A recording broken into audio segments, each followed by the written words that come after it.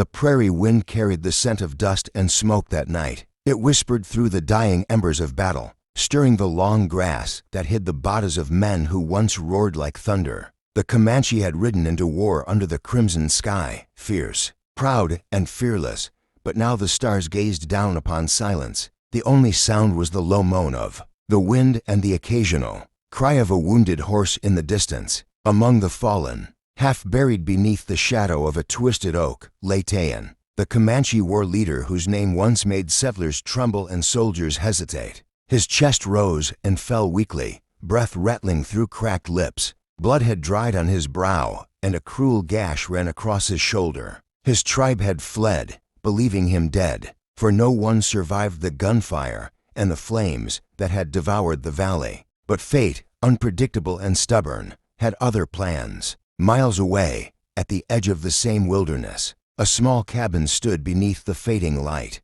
Inside, a girl no older than 12 sat beside a wooden table, mending a torn dowel with thread too thick for the job.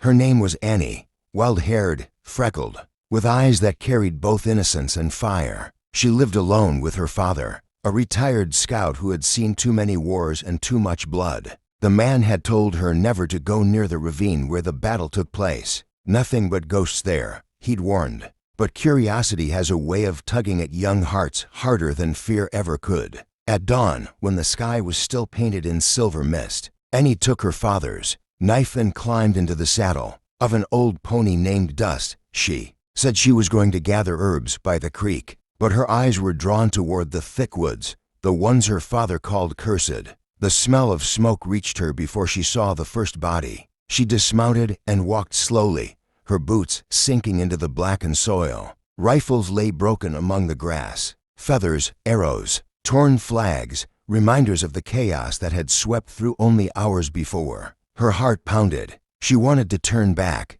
but something inside her refused. And then she heard it, faint, hoarse, human. A groan. She froze, scanning the shadows. There, beneath the oak, she saw him, a man barely alive, his face painted with streaks of red and black, his chest rising in pain. For a moment, she thought he was a ghost, but when his eyes opened, dark and piercing, she knew he was very real. Annie crept closer, knife in hand, trembling. The man's lips moved, but no sound came out. His hands were bound with a rough rope, and above him, a rattlesnake lay coiled on the branch, its tongue flickering. In the golden morning light, one wrong move and the serpent would strike. Annie's breath caught in her throat. She looked at the snake, then at the man, and back again. The world seemed to stand still, just the three of them, locked in a silent test of courage. Slowly, she climbed the tree, each branch creaking. Under her weight, she held the knife tight, her palms slick with sweat. The snake turned, its body tensing. Below her, the Comanche leader opened his eyes fully. He saw the girl, saw the knife, and something flickered in his gaze, not fear, but disbelief. Annie edged closer, whispering to herself, "Easy now." "Easy," her voice trembled like a leaf in the wind. The snake hissed, coiling tighter. The man's breathing quickened. Then, strike. But Annie moved faster. The blade flashed, slicing through the air. The snake's body thudded to the ground lifeless. The girl gasped, staring at the motionless creature. Her heart hammered like thunder in her chest. Silence.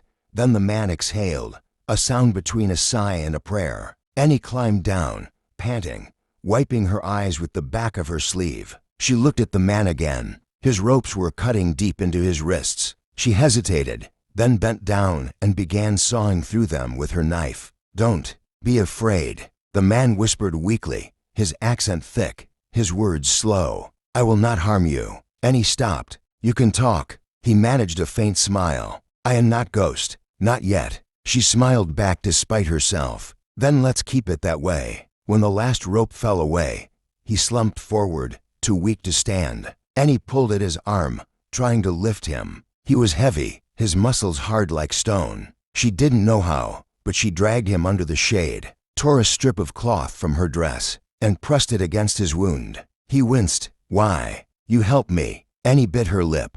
"Because you're still breathing. That's reason enough." The man looked at her for a long moment, this tiny creature with the courage of a warrior. Then his eyes fluttered shut. "She worked for hours, bringing water from the creek, feeding him drops with trembling fingers. By nightfall, his fever began to rise. She couldn't leave him there, so she built a small fire, humming softly to keep herself from crying. When her father found her the next morning, she was asleep beside the Comanche, her hand resting near his. The old man froze, his rifle ready. But then he saw the way the girl had cared for the wounded warrior. He lowered the weapon slowly. "Annie," he whispered, shaking his head. "What have you done?" "I saved him," she murmured, still half dreaming. "He was going to die." The old scout looked at the man again, the same Comanche leader he once fought against. Rage and confusion warred inside him. But something in his daughter's face, pure, unbroken kindness, silenced his anger.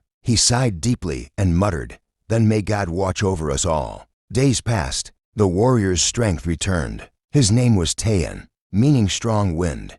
He spoke little, but when he did, his words carried wisdom carved by pain and pride. Annie's laughter filled the woods, and for the first time in many moons, Tayan smiled. But danger was never far in those wild lands. The men who had left Tayan for dead, soldiers and bounty hunters, soon heard whispers that the Comanche ghost still lived. And as Annie fetched water by the creek one morning, she saw dust rising in the distance, riders approaching fast. She ran back, shouting, "Pa, they're coming." The old scout grabbed his rifle, and Tayan rose unsteadily to his feet, gripping a spear he had carved from an oak branch. His eyes burned with renewed fire. The battle for survival was far from over. As the sun rose higher, Annie stood between them, the girl who had defied fear and bridged two worlds, the one who had climbed a tree not just to save a man, but to change fate itself. And in that moment, the legend began, of a little girl and a Comanche leader bound by courage, in a land that had forgotten mercy,